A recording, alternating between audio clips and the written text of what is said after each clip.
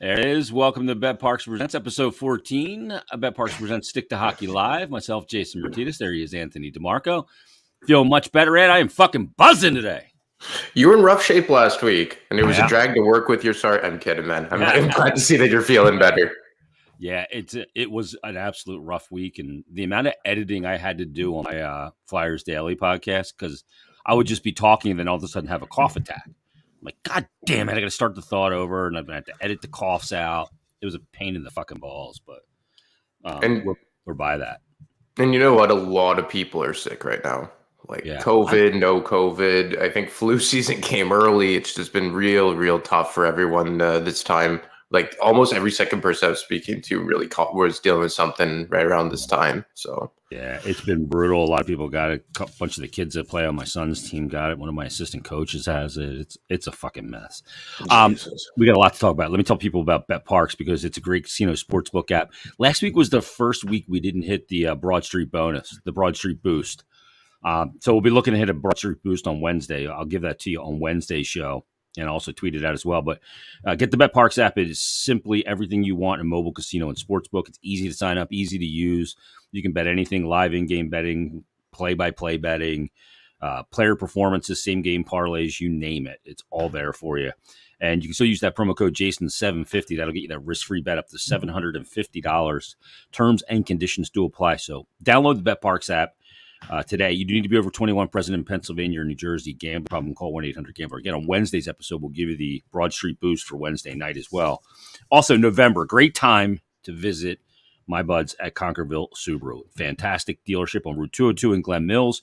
Check out their pre-owned inventory. Pick from a list of incoming vehicles. It's a beautiful showroom, and it's more than just a dealership. Great service department with a free car wash with every visit. And, you know, the saying Conquerville Cares has been there for a long time. Well, it's there because it's been a fact for a long time. They were the first Subaru Nation Love Promise Dealer winner back in 2015. They've spent now over 8 years supporting Nemours Children's Hospital of Delaware. They adopt 15 classrooms at Marcus Hook Elementary School, allowing teachers to pick up to $500 of classroom supplies each. And they're continuing right now to the time. There were the donation of thousands of coats to La Humanidad Hispania in Kennett Square. They've done that for over 10 years. So check them out, Conquerville Subaru. Visit ConquervilleSubaru.com online. Again, you can check out their pre-owned inventory, list of incoming vehicles, and check out the showroom on Route 202 in Glen Mills. And remember, Conquerville Cares. From thefourthperiod.com. North of the border, it is Anthony DeMarco. What's going on, Ant? Not much, man. Pretty, I guess, eventful weekend for the Flyers, taking down Claude Giroux in Ottawa. But, I mean, Ottawa is another team that's reeling right now in the Eastern Conference. The Eastern Conference is so tight right now that it feels from, like, day to day, you go from, like, a hero to a zero. It's absolutely nuts what we're seeing right now in the East. It is nuts. The Flyers handed them their fifth straight loss. And, you know, they lost their first two, won 4 straight, and then lost 5. But the thing about that game, man, to me, I didn't love the first period of the game. Yeah. But the second period, killing off 4 power plays from Ottawa, getting the only goal of the period to put them up 2-1 from Zach McEwen.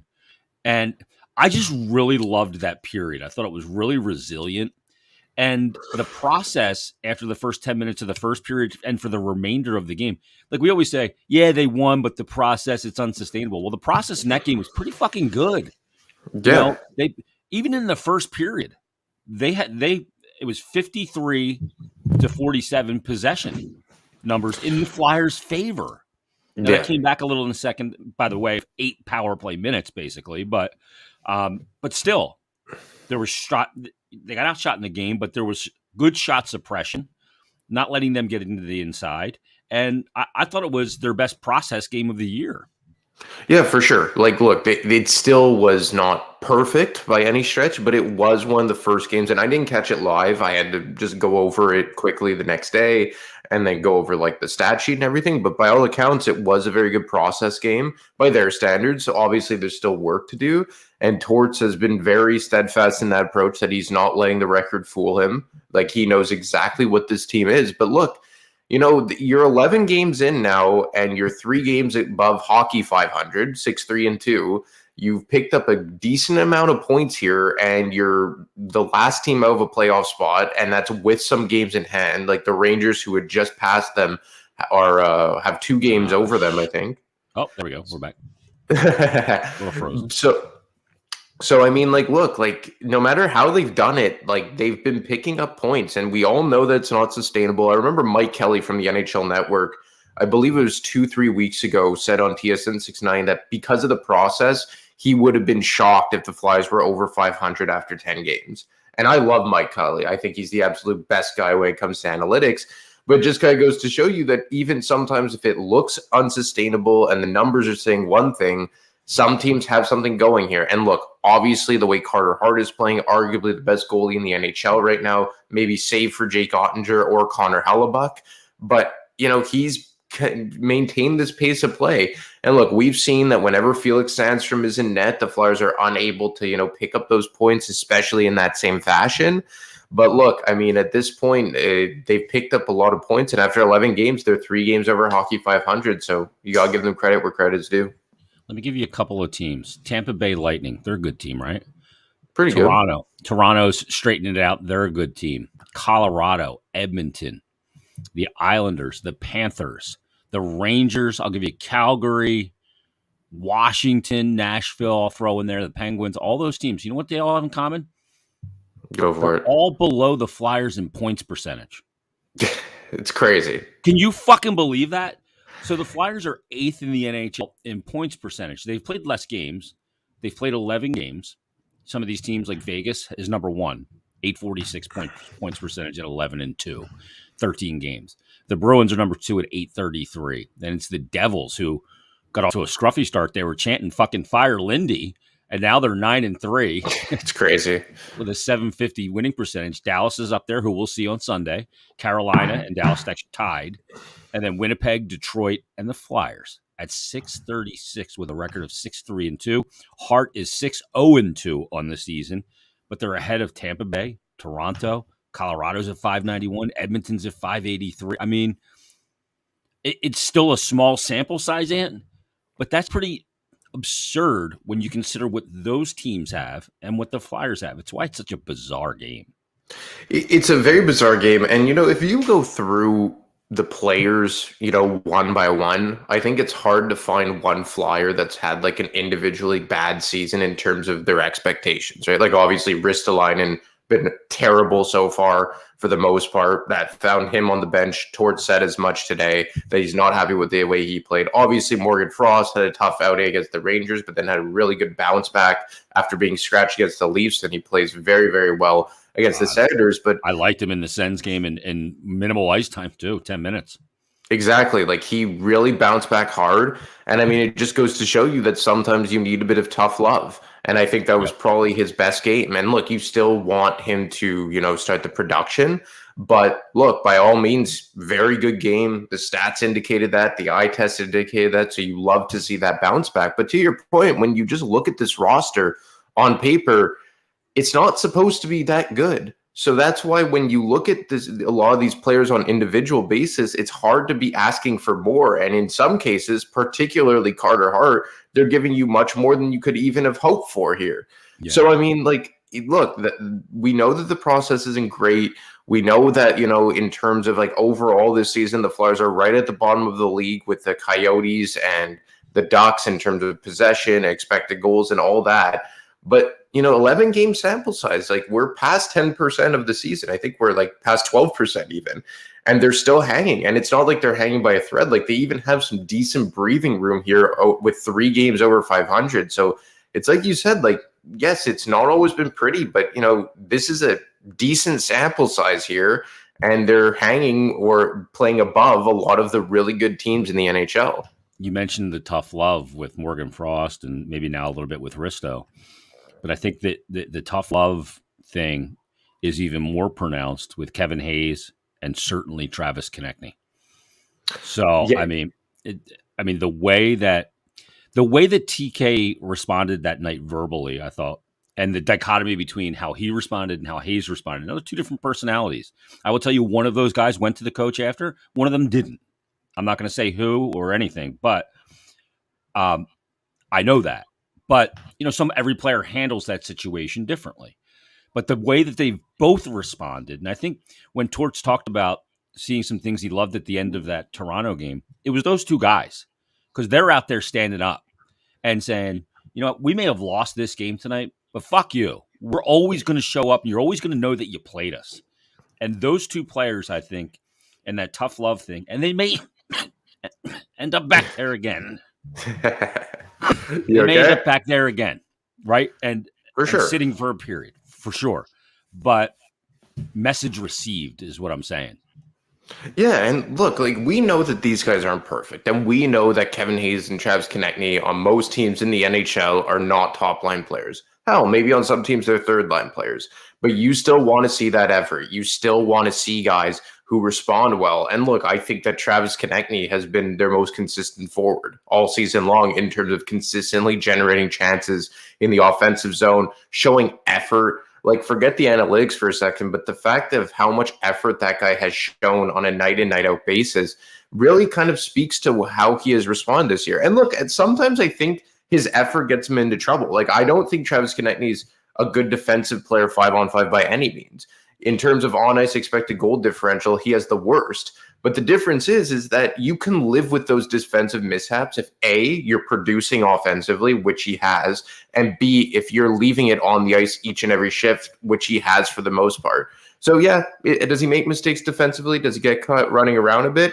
Yeah, for sure. But you can live with those things. And in terms of Kevin Hayes, you know, I think against the New York Rangers, probably their best forward. Like you said, against Toronto, played very, very well. And he is a guy that I think that in a lot of ways, and we've seen that in 1920, we saw it a bit in the bubble as well, that when he wants to be, because of his skill set, because of his natural ability, he really can maybe not dominate a game, but really stand out in a game. And look, we know that more times than not, the Flyers' top line of Farabee, Hayes, and Konechny will be drastically outmatched by the opposing team's top lines. And we understand that. But it's all about keeping relative expectations and just putting in that effort, which they have since being benched against San Jose. Holy shit, what a great term you just used. Relative expectations. That's it. Everything is about relative expectations if you want to remain sane. I totally agree with you. You said that so well. You know, the other thing, like Eric messages in here and says, I've been happy with the way they played. Work hard, don't quit, teamwork, and backing each other up. They are starting to sound like Torts. And I think there's something really interesting about that, Ant, because a lot of these guys were here last year, and they know they were easy to play against. They know that Keith Yandle had a really good time here, even though he shouldn't have, because they lost so much and it was miserable. Yeah. And I think they all go, you know what? We see these other teams having success in this league, and the way we've been doing things, they know it. They're not oblivious to it. Isn't working. So things are going to be different. It may be uncomfortable at times. I may get sat down at times, and I'm going to have to learn some lessons along the way. But because of the last two seasons, these players know that the way they can't continue moving forward like that, both individually and as a group. And that's why I think you have a real openness to the coaching that's being delivered to them at this time. From my opinion, the right guy at this time, not only for these players, but for the organization to get back to their DNA. Because Torts does not bullshit anything. He, like the way he talked about Ristolainen, the way he talked about TK and Hayes, the way he's talked about Frost and everybody. I think it's really apparent that they all need to hear it, and the organization needs to get back to that standard. That's why I think even when he was hired, I believe he was the right guy, and I love the hire. But even more so as I see the way he handles the day-to-day is showing me that they needed him more than I even thought. Yeah, I was very neutral in the hire, not going to lie. He wasn't my first choice. I was just like, did the game pass him by a bit? Trotz was my first choice. For sure. Yeah. And to be honest, I did also like Paul Maurice just because I really like his demeanor. Mm-hmm. But at the same time, I think that Paul Maurice plays a very high-wheeling type of system, and I think that's the polar opposite of what this team needed. I think you really need to batten down the hatches here and learn how to play structured hockey. Hey, if you want to go wheel and deal with Florida with that firepower, have at it. But in Philadelphia, I don't think that would have worked. But I think that the kind of like the misconception about Torts was that he was kind of like an AV guy where like, okay, you bring this guy in when you're ready to win. Like Peter Laviolette. Like I think that Lavi and AV are like the same type of coaches. Not developmental. No developmental. They're not going to change the way that they coach. They're not going to try and develop guys at the NHL level. Like, look at how AV handled Frost. Like, whenever Frost came up under AV, he'd be like, okay, how is this guy going to make me win right now? Left wing with Giroux and Atkinson. Left wing with Giroux and Voracek. Whatever. As opposed to Torts, that I think people put him in that same vein. But, you cited examples of his time in New York, in Vancouver, obviously a black stain on his resume, his time in Columbus, where he really has been first and foremost, not so much developing, but figuring out what the team has and then taking that next step the year or two after that. And I look at what he's done for a guy like Ivan Provorov, and I know that a lot of people turned on this guy last year, but I think Provorov has been brilliant for the most part. Like, I know that a lot of people still want him to be more of a two-way dominant guy, wishes that he could be more offensive on that side of the puck. And look, I think we could all agree that he's never probably going to be that elite level number one defenseman, the guy that could dominate at all ends of the ice. But I think that with a guy like DeAngelo, I think with more structured hockey, maybe some more consistency behind the bench with Tortorella and Brad Shaw, I think that you've seen Provorov really simplify his game here. And I think that in terms of that top pair, I talked about SiriusXM over the weekend. Like, I think that has really kind of stabilized the entire team. And you know what? The defense as a whole. Like, look, there's guys that maybe you want to play a bit better. Like, obviously, Ristolainen. And look, I've been a big proponent of Ristolainen, a big defender of him, but he's been absolutely unacceptable play so far, and he deserved to ride the bench. And they got to figure that guy out, considering what they invested into him 6 months ago. I think Travis Sanheim has struggled a bit by his standards, but at the same time, like I talked about last week, they've given him tough deployment, and he's been playing the lion's share with a Justin Braun, who I think has been decent for the most part, but you're expecting a Ristolainen to be playing there. Zamula, I thought, has played really well. Sealer's been excellent in his role. So as a whole, I think what Tortorella and Shaw have done for that defense have probably been the biggest positive for this team outside of the goaltending. Yeah, I agree. And, it's very interesting. I don't know if you saw the Daily Faceoff article that Frank wrote regarding the top defenders. I'm trying to find the article. Let me see if I can find it here. The top defenders in the NHL. I want to get this right, so I don't want to screw it up. I spelled his name wrong. That's why. Bring up Frank's article because he was ranked in the NHL 5th in. Now, I'll give you the categories. It's not Frank ranking them per se. It was GMs that were making this ranking system that Frank put together on Daily Faceoff. Let me see. I'm trying to find it here. Sorry. That's the good thing about live content. All right, yeah, it's the shutdown defenseman in the NHL. Jacob Slavin is number 1. And in the article here, this was put out the other day on November 4th. Today's the 7th. So it tells you how in here he came up with it. And it was the definition of, as their guiding light, he says, with the help of 5 anonymous NHL GM front office executives. Here's the Daily Faceoff's top 20 projected shutdown defensemen for the 22-23 season with their league-wide rank from last season. And number 1, Jacob Slavin. And it's got categories like carry denial, D-zone deflect turnover, D-zone pass interception, and expected goals allowed. So Ekblad's number 2, McAvoy's number 3, Jonas Bean is number 4, and Travis Sanheim is number 5. Part of that is the ability to, with his length, to break up plays, to get there, his skating ability, all that stuff.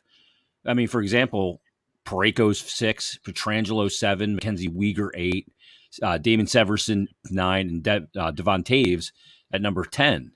So he's thought of in that regard. I know he doesn't have points, and people are looking for points from Sanheim, especially after last year. And maybe when Risto gets his game point in the right direction, they can kind of develop that chemistry again. But right now, I mean, I think people look at him and they think he's just an average player. I think he's better. He's not a top pairing guy, but to me, he is a guy that is a very good second pairing defenseman. Had he hit the open market this summer, Ant, Oh God, because he would have been the top guy for when sure. the signing took place in Calgary. So You know, the more and more Sanheim has developed here and kind of come into his own, he reminds me a lot, and not so much stylistically, although they have a bit of similarities, but even kind of like the role they play on a team, he's reminded me a lot of Braden Coburn in the sense that once upon a time, and even when Coburn first got to Philadelphia, you know, he was playing top pair with Kimmo Timonen. He was getting second power play time. I believe it was him and Randy Jones on the second power play unit in like 07, 08. But quickly we found out, and actually Coburn was getting power play time in their cup run as well with Carl on the second unit. But I think that as Coburn kind of grew into his own, the Flyers got Mazzaros. He eventually went down to Tampa Bay.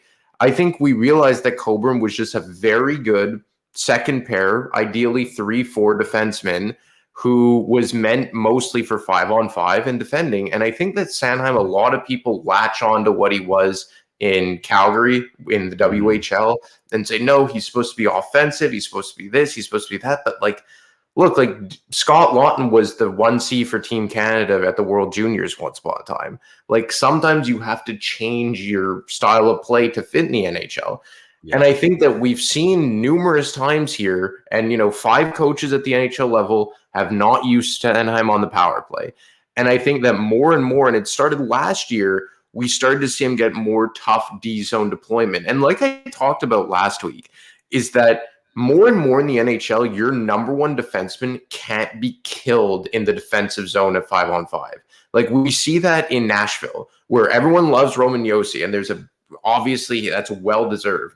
But Matthias Ekholm eats a ton of those defensive minutes. We saw it in the Tampa Bay Cup runs with Hedman getting a break from guys like Ryan McDonough. It's just become commonplace now that you have one pair that really eats those tough minutes 5-on-5 in the D zone, and then your top pair eats the lion's share of the minutes, helps you on those special teams, and could kind of help you moving the puck up ice and offensively. And they've decided to go with that system with Sanheim. And I think that, look, has he played as good as last season? No. Could you stand to see a little more points? For sure.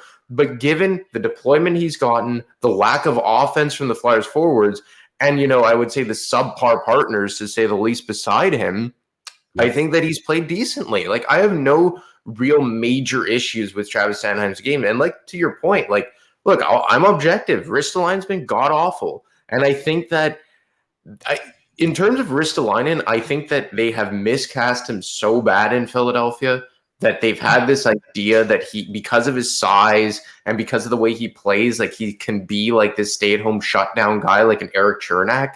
But I don't think been him. Yeah. It's never been. And like you look at what he did in Buffalo, the biggest asset he had was helping out offensively. And the Flyers just, whether it had been AV, Yo, and now Tortorella, and I get that the Flyers don't have the luxury to try and play Ristolainen that way, but I don't see how it's ever going to work with you trying to deploy Sanheim with Ristolainen as your defensive zone heavy 5-on-5. But to swing back to Sanheim, I think individually, yeah, you want him to help out a bit more offensively, but given the circumstance he's been dealt, I really don't have any major issues with the guy. Yeah, I agree. You know, you look at Risto, he put up 44 plus points, I think 4 years in a row in Buffalo. You know, a lot of that came on the power play there, but yeah. Exactly.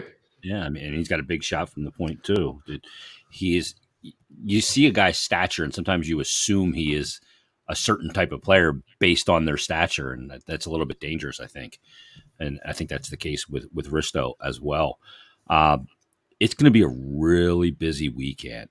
You got the Blues tomorrow night, who've been really scrappy and scraping by right now. Not playing well at all. They got to figure out what they're going to do there. I'm sure Chief is just pulling out his eyebrows at this point. So you got the Blues coming up tomorrow night. Then you go to Columbus. So you got 2 games against teams that I'm not going to call them inferior, but aren't playing great to start the season. And then this weekend, you have the back-to-back at home. Drew comes to Philly on Saturday at 1 o'clock. And then Sunday, you get a good Dallas team that comes in at 1 o'clock. So 4 games in the remainder of this week. So it's a busy week. And you're coming off a game where you played pretty darn well against Ottawa. I mean, I don't know. This week I think is really interesting because the adrenaline of the first month is worn off now, and it's kind of like, okay, what is this team? If they have a really successful week, like you're getting close to that American Thanksgiving date. You know what I mean? Like That's the thing. It's always like that. That it's slowly but surely getting close to that date. Like to your point, and that's always kind of been like the litmus test, right? Yeah, Like that's the that's one if all. you're there or you're not. And look, like I'm going to stay steadfast that like I would not be surprised if shit fell off the rails here because of their underlying process. But at the same time, as we start getting a larger and larger sample size and they're not stringing together a lot of losses, and I think that's one thing here that is going to keep them hanging around more longer rather than we would have maybe expected, was because I don't think that this is a team that's going to go on like a 5, 6, 7, 8 game losing streak that really just buries them dead in the water.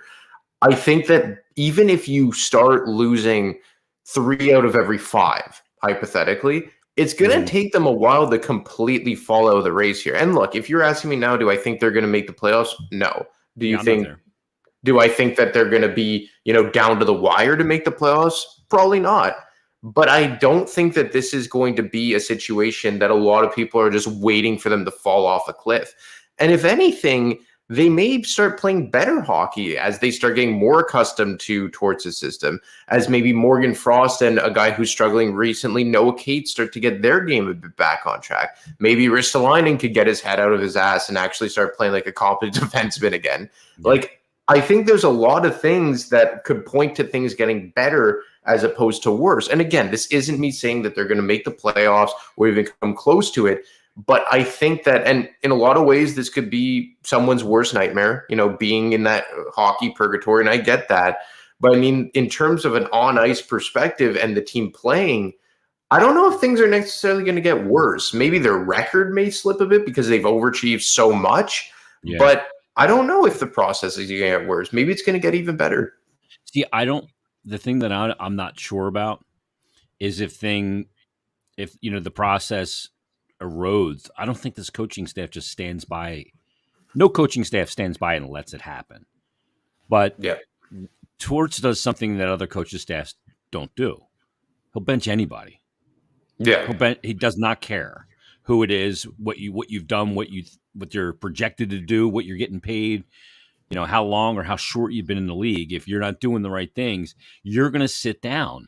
So it's a way to bring everything to a head much quicker than the way other coaches may do it.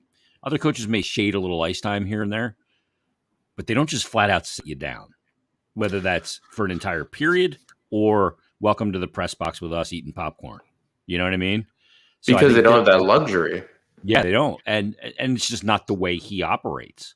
So I think that's another element of it too. Will they have these protracted periods of time where they just are total shit?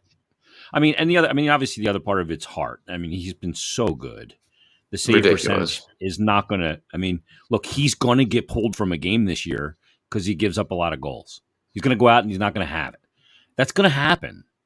It's a long season. It's a lot of games. But, and right now he's covered up for a lot of mistakes or substandard play. But overall, he's just been spectacular so far this year. He's the team's MVP, he and Konechny. But, geez, like Eric messaged in and says, do you see them getting a backup goalie? Do you see this team getting backup goalie a win? They play different with Hart. Any word on Cam? Well, the reason why they play different with Hart is, well, A, he's playing great, and B, Sandstrom's only been in there in back-to-back situations. He's in a disadvantageous position. It's why being a backup goalie is not an easy gig. You don't play that often, so the rhythm of your season's always disjointed. A lot of times when you get in there, it's in a position that's not great because your team played 4 and 6 days and you got the last game of that. They're tired or they're on a back-to-back. It's not an easy job. And I'm not in favor of them going out and getting some veteran at this point. You got to see how this kid handles it. I think he's played decent Felix, but he hasn't been great. I think he's made some great saves and had stretches where he played really well, but he's given up a couple of muffins that I didn't like. Just not regaining his feet and sharp angle situations and that kind of stuff. But he also hasn't played a lot, so he's got to go through this whole season. Again, this season for me is not about the playoffs; it's about knowledge, and I think we got to keep that part, as part of the equation. Yeah, and that's why I was okay with rolling into the season with Sandstrom as your backup. You drafted this guy, 7.5 years ago? You got to figure out what else. And, what else did this guy have to prove at the AHL level? I honestly don't think so. And I think that he's kind of one of those weird situations where, maybe not too good for the AHL, but, it just wouldn't behoove you in any way to have him in the AHL. But you also wanted to see if he can make it in the NHL. And look, I agree. I don't think any of the games that Sandstrom's played, you could say, okay, he's the reason why they lost. I think that there's games where you could say he could have been better. But yeah, you do want to see him get a win because I think that at times he's played good enough for them to win. And he has been thrown into, tough situations. But as a backup goalie, like you said, that is basically your job, is to go in disadvantageous situations on back ends of back-to-back. Give you a chance. And give you a chance. And I think that maybe Toronto was, and he was even fighting the puck on dump-ins and stuff. He just didn't look comfortable at all. But save for the Toronto game, where else did he play? He played it against San Jose and Florida. I think in those two games, from an individual perspective, he was okay. I think he was fine. I thought he was fine. Just got no offensive support in the game. Exactly. And I think even going back to last season, he's been decent. I think he's been okay. Passable backup goalie. Is he a surefire slam dunk to consistently be there? Probably not. But who knows? I think that there's no reason to, really try and go out and get another backup. I know Eric isn't suggesting that, but in terms of them before, though. Okay, well, there you go. The Flyers going out to go get another backup to me is just useless. There's no point to it. It's like saying oh, let's go out to get a centerman at this point. Well, no. And to be honest, I think, and if you follow the beat reporters, I think that Anisimov is going to join this team at some point or another. Yeah. Talking with people with the organization over the last month or so, it's they wouldn't directly confirm it, but every time I asked, it would be well, he's still here rehabbing, so ... That's all you need to know. If he's still here, he's not hanging around if doesn't know that he's getting a deal when he's healthy. Yeah, he doesn't like Chuck Fletcher and Brent Flair that much. Let's be honest.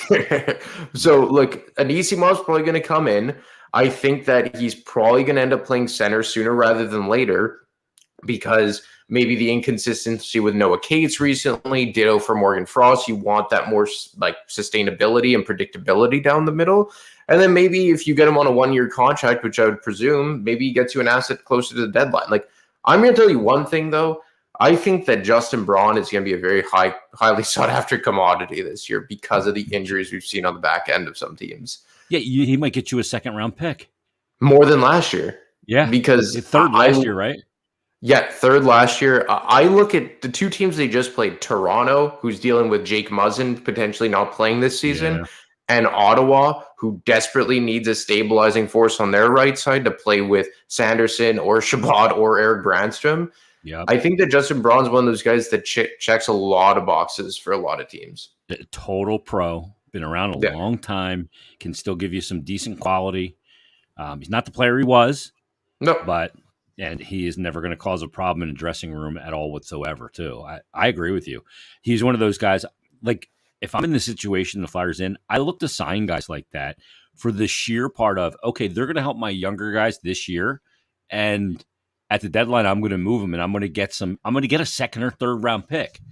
Because of that player. I'm not going to have him the whole season, and I'm fine with that. Yeah. I'm going to get what I can out of him to help young guys be pros, and then I'm going to ship him off because I know he's going to have value at the deadline. And right side defensemen that have a lot of playoff experience and that carry the demeanor that he carries, I think absolutely. That's another reason to sign a guy like him to a 1-year deal. Well, when the Flyers were playing the Rangers last week, I actually caught the MSG broadcast, and they were singing his praises, saying that he did worlds for Braden Schneider in the playoffs and really kind of helped him along dealing with all that. And I'm pretty sure Braun was playing on the left side to boot last year for the New York Rangers. So, Yeah, yeah, both, I've always liked Justin Braun, and I think that for the most part this season, he's done his job in a role that is probably elevated. Like, I'm sure they were expecting him to kind of be their third pairing guy, and he's been their second pair guy more nights than not because Ristolainen has been a tire fire to this point. But I mean, I think that you're going to get a free asset by re-signing that guy, and maybe even more from last year. Yep. Real quick, did you see the Tkachuk play with Jonathan Quick? Yeah, I caught it. What the fuck is this dude doing? Like, why would you try and put the blade of your stick inside the cat eye when the goaltender is down like that? I mean, that is as fucking dumb a fucking cement head move as I've ever seen. Because the only thing, if you get that stick in there, and he clearly did, I didn't get his eye and didn't damage him badly, but he could have. The only area where that stick can go, if you can get it inside that cat eye, is to the goaltender's eyes. Like, what is wrong with this fuck? Yeah, I get that he's trying to play up to a certain role and a certain reputation, and I get that. I love Matthew Tkachuk. He's one of my favorite players in the NHL. Yeah. But that's just like an unnecessary piece of shit thing to do. Because, like, for me, I'm a guy that I have played goalie in the past. I've played out in the past. And it's just like goalies to me, unless they willingly try and put themselves in the play like that doorknob Jordan Binnington has done recently or over his entire career. Exactly. I always consider them like outside of the play. Like, you don't fuck around with goalies. Mm-hmm. And for me, that was just completely like underhanded. And especially to a guy like Quick. Like, I mean, he's kind of like, aside from maybe Marc-Andre Fleury, he's kind of become like the elder statesman among goalies in the NHL, unless I'm missing someone. But I mean, him and Craig Anderson and Fleury are the three guys. Exactly. And look, if you want to go do that to Jordan Binnington because he's being a piece of garbage, have at it. But for a guy like Jonathan Quick, like, come on. Like, it's just stupidity in my mind. Yeah, I totally agree. It's just such a fucking asshole move to do. Yeah, unnecessary. I love Quick. I'm a huge fan of Jonathan Quick. And I just think that was just such – I mean, I think he should have got more than 2 games, to be honest with you. I agree. Because of the intent. What was your intent there? Yeah, exactly. One last thing. Mitchell Miller and the way that the Bruins handle this is an absolute disgrace that they did not do their homework on this situation. I see that. And, okay, Kay, I will. Just an absolute disgrace the way they handled this situation.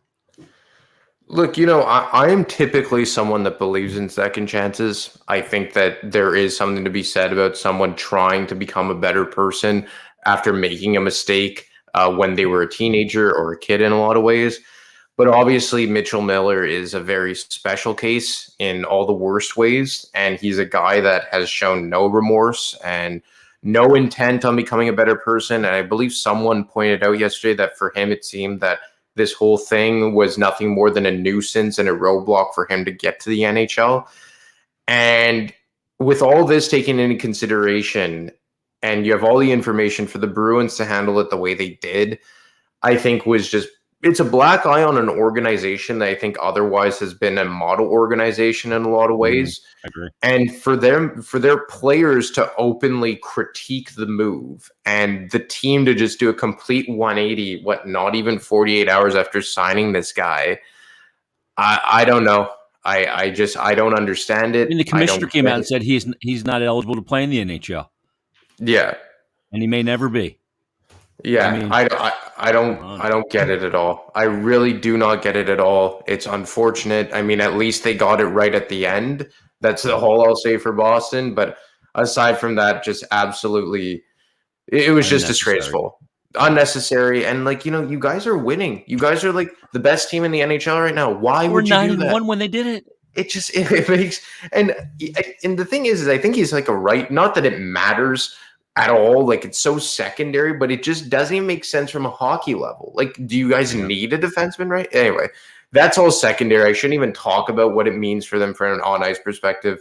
Just the personal stuff, it was unacceptable, it was unnecessary, and just something that I can't even believe really took place, to be honest with you. I totally agree with you. It's well said.